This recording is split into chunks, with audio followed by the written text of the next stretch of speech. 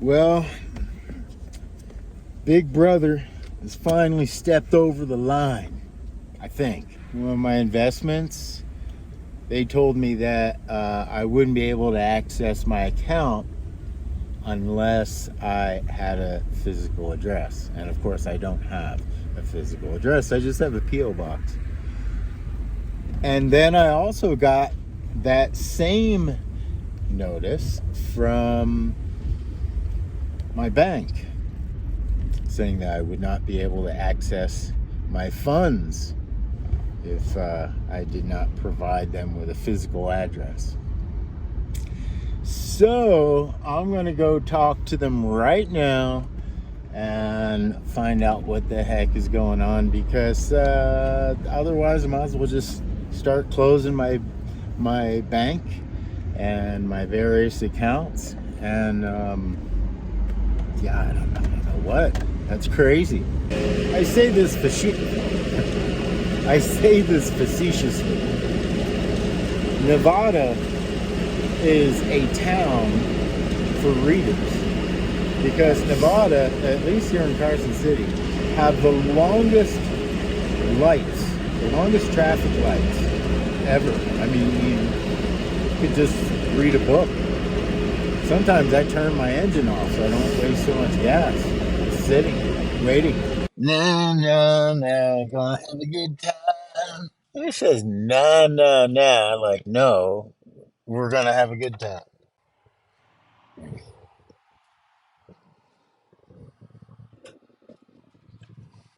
I've been with this bank since 1988. I've been with this bank before they were this bank. And they now got a new policy. I had to tell the young lady that was working there that I have been with this bank before she was born. I was with the conversations with a Z. Check that playlist out. That I had with Ben before Ben just kind of bailed. He just disappeared. I don't know why. I have some suspicions, but I actually don't know why, though. The whole point I was kind of trying to get across is that we are we're into this us against them sort of thing. And then I'm just gonna go the other way. Yeah, us and them. The nomads against the people with houses, people with mortgages.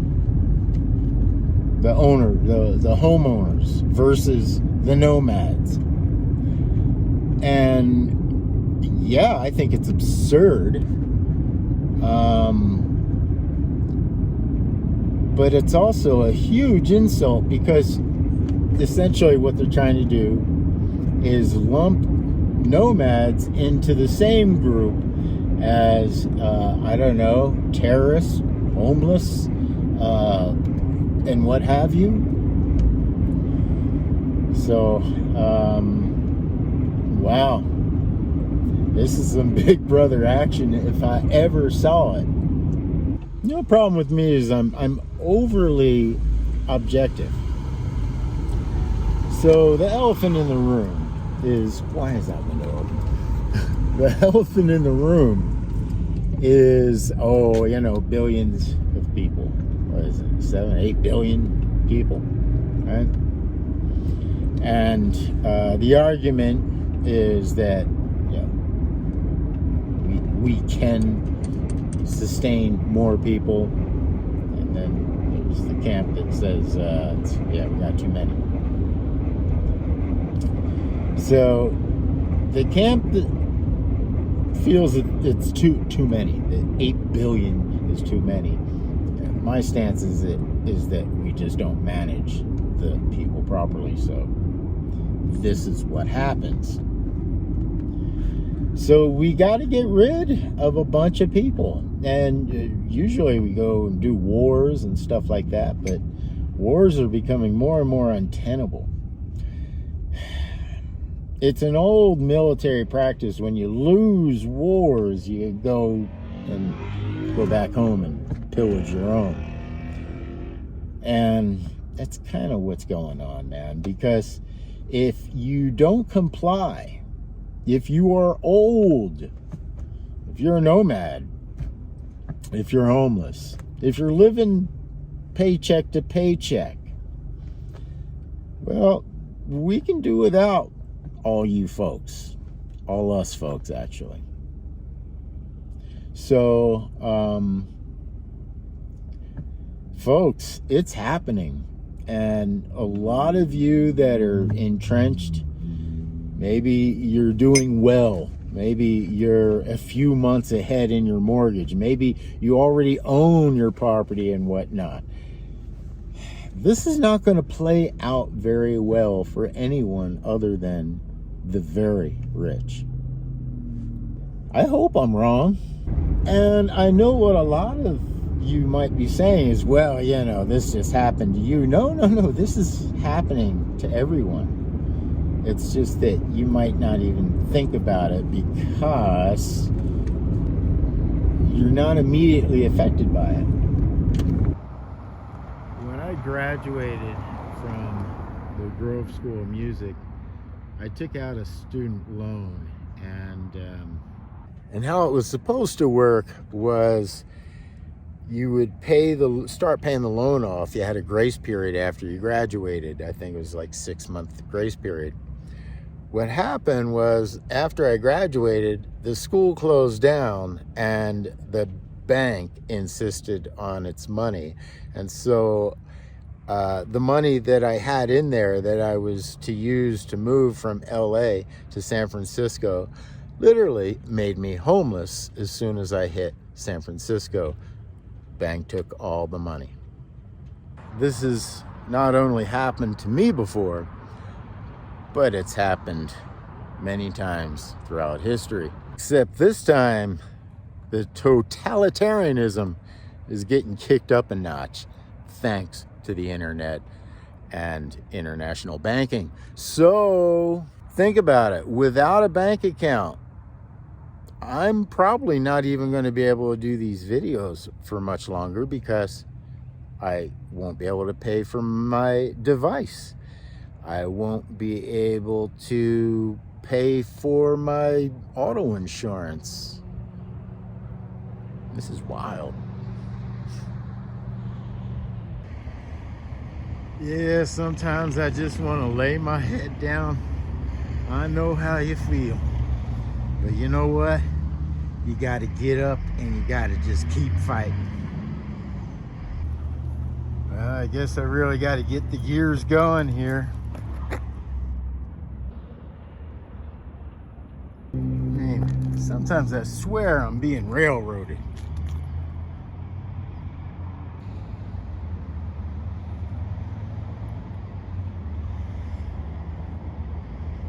I think what I'm trying to say is, at this point, there's no horsing around. I mean, the banks are literally closing accounts and taking people's money. I mean, how do you like them apples? Oh, stop. You know the old saying, right? When the going gets tough, the tough go golfing. Disc golf in my particular case. And, I've been really focusing on a 3-disc setup. If some of you remember, a couple seasons back, I was gifted a whole bunch of really good discs. Then I found a bunch over the years, and then I even bought some. So this is a Wizard. It's a 2302 for those of you that know. Um, it's mostly for putting, but you can use it for other things. This is a Road Runner. I hear they don't really make these anymore, but it's a Star Road Runner, and it's a 9.5 -4 1, so it's the most unstable disc I think that I even have, if I'm not um, mistaken. And this is my custom. Actually, both of these are custom. Um, this is actually what the heck is this? But it is a 7.5 -2.1, so it's just slightly unstable, and it is it'll come to me. But the interesting thing about these is that each one is sort of made to behave very, very well. These are kind of similar, as in they're unstable. This is a little less unstable than this is. So that means it's going to have a little bit more of a S type of. I'm not even going to try to explain that because I suck. There's two things that I suck at, and I'm really having a lot of fun trying to get good at, which is, of course, disc golf and skateboarding. And once I master those, I'm going to go into mathematics. So my basket is going to be that big old tree right in front. Let's see if I can hit it. I'm going to go with a my fastest disc is the way, I guess the way to say it, which is a 9, and this is a -4.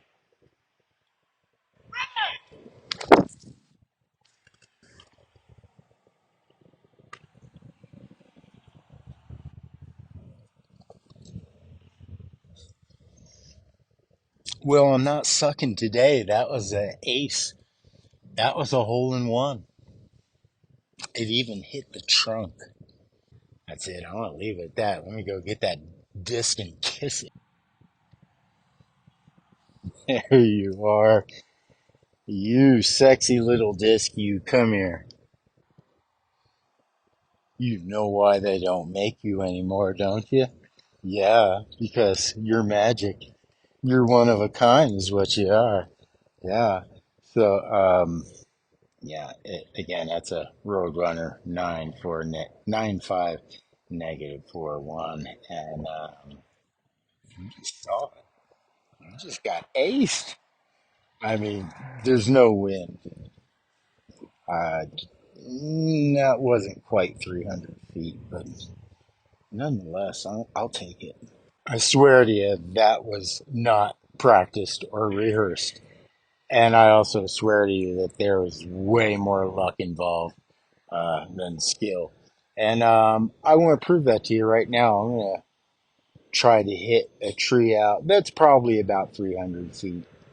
All right. I don't know if you can see it, but there, straight on ahead of us, is a nice old, almost like a Christmas tree looking tree. Now let's see. Same disc.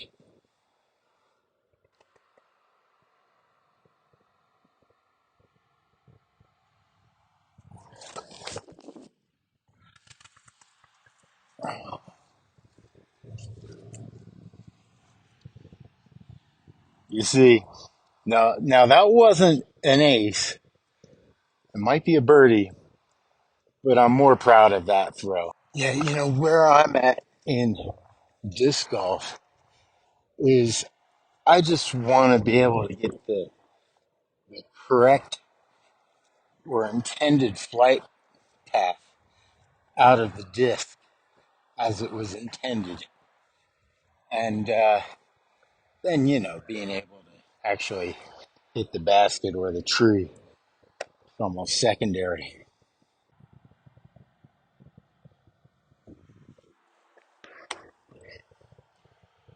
That's a birdie. That worked. The, the solution is oh so clear now. It's time for a road trip. One, last re-gearing, and then we need to hit the road. So what was that about a road trip? Let me see. Let's get out of here safely. Safety first. We got the air conditioning, and we're still on the Nevada side of Tahoe, and we are going over the mountains and through the woods. Let's do it.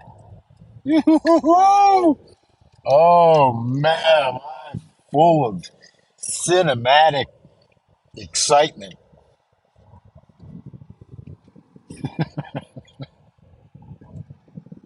I'm hoping that you guys will have a really nice view. I'm also hoping that the audio is getting picked up. Whoa. This should be cool. Going through the cave.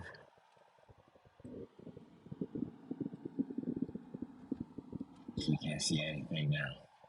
Can you see anything? Bam! Alright.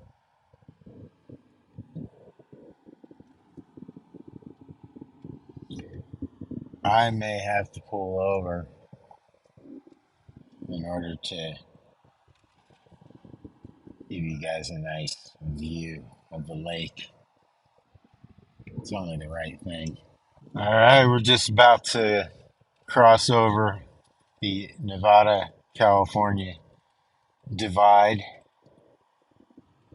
It's called State Line. I think that's what they like to call it. State Line. As synchronicity would have it, I just got a call from my buddy in the El Dorado forest who lives out there and has invited me to come on out and hang out. So, impeccable timing. Impeccable timing. We're coming up on the casinos here. Man, almost missed it. Here we go. Gotta get some stabilization here. Here we go. I hope you're ready for this. California state line crossed officially. We have crossed the line. Dang, I think I missed my opportunity to stop for a lake view. But this is a nice little mountain view. Kind of burnt. I don't know if this is an intentional burn or from one of the recent fires. Well, as a consolation, I got to get a favorite shot. So no, not Twin Falls, that's Twin Bridges. And it looked like it's sort of a trickle. That was the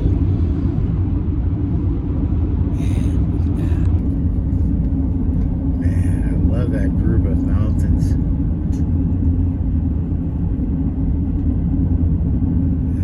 That looks like it'd be really fun to climb, but I never see anybody climbing that.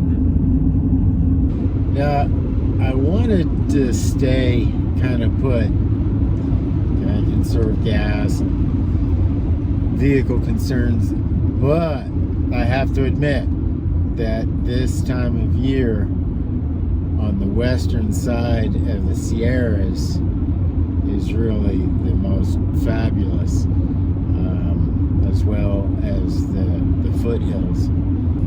I can't complain. Oh boy, sure do need to clean the inside of my windows though. This is the American River.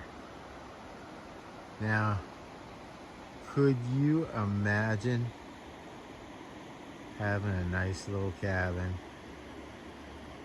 with a little water hole,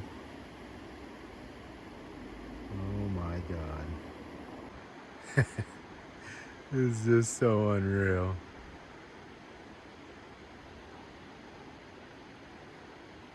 Well, these are sort of the old stomping grounds. My buddy Patrick, who we're going to visit right now, it's funny, I haven't seen him in a year. And the last time I saw him, it was his birthday, and he came up to hang out with me up in Squaw. And then we did like a birthday brunch of sorts. So I'm hoping that we can do a birthday brunch or dinner maybe tomorrow in celebration. You know, this neck of the woods, the El Dorado Forest, sees a lot of action. There's actually a television show much in the vein of Cops, but it was the El Dorado Police. Now, Patrick is somewhat nomadic himself. He is usually during the winter in Acapulco, but during the summer months, he comes out and lives in or on his property in the forest. Man, this place brings back so many memories. There was one year I spent a whole winter here living in the outback and in various shelters, homemade shelters.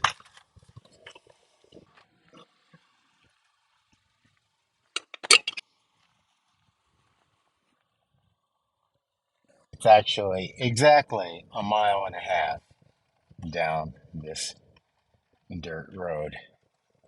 Yeah, this is about where I had the incident with the ranger. Um,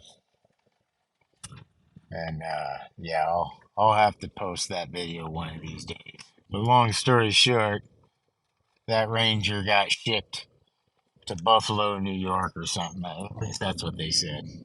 So the issue, in short, is contested lands because you have El Dorado Forest, and then you have the lumber companies, and then you have private land holdings. And these are, yeah, I think there's a mess of sorts going on. If I remember correctly, the mess really is in concerns with wanting people to develop. They want people that get land out here to develop. And yeah, I think that's at least where one of the issues lie. My buddy that purchased this land got it back in the 80s. And his whole idea was he's an early birder. So he just wanted to buy some land out in the forest that he could go out and, you know, just enjoy nature and do burner things, I guess. Of course, if some of you have been following the blog from a long time ago, I was out here one season um, when it was on fire. So trying to put fires out wherever we could, wherever they were popping up. Oh, it's getting rough. Hold on. Yeah, this place is somewhat of a tinderbox. Although with the fires, and there has been a little bit of thinning out. So, but I think there's probably a lot more thinning out that needs to be done. So yes, they have tried and failed, of course, to bar Patrick and myself from this property for which we rightfully belong. It's Patrick's property, and he has invited me onto his property. It's incredible. What they'll try to do is isolate the person, the property owner, and then start violating the property owner's rights. It's really despicable.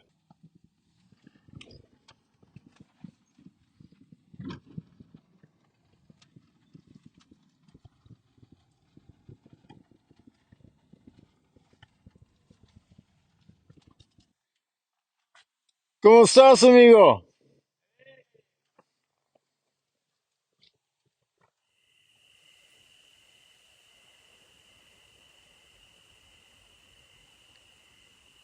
I have a feeling I might be able to get some really good rest tonight. Thanks for joining me. I'll see you tomorrow.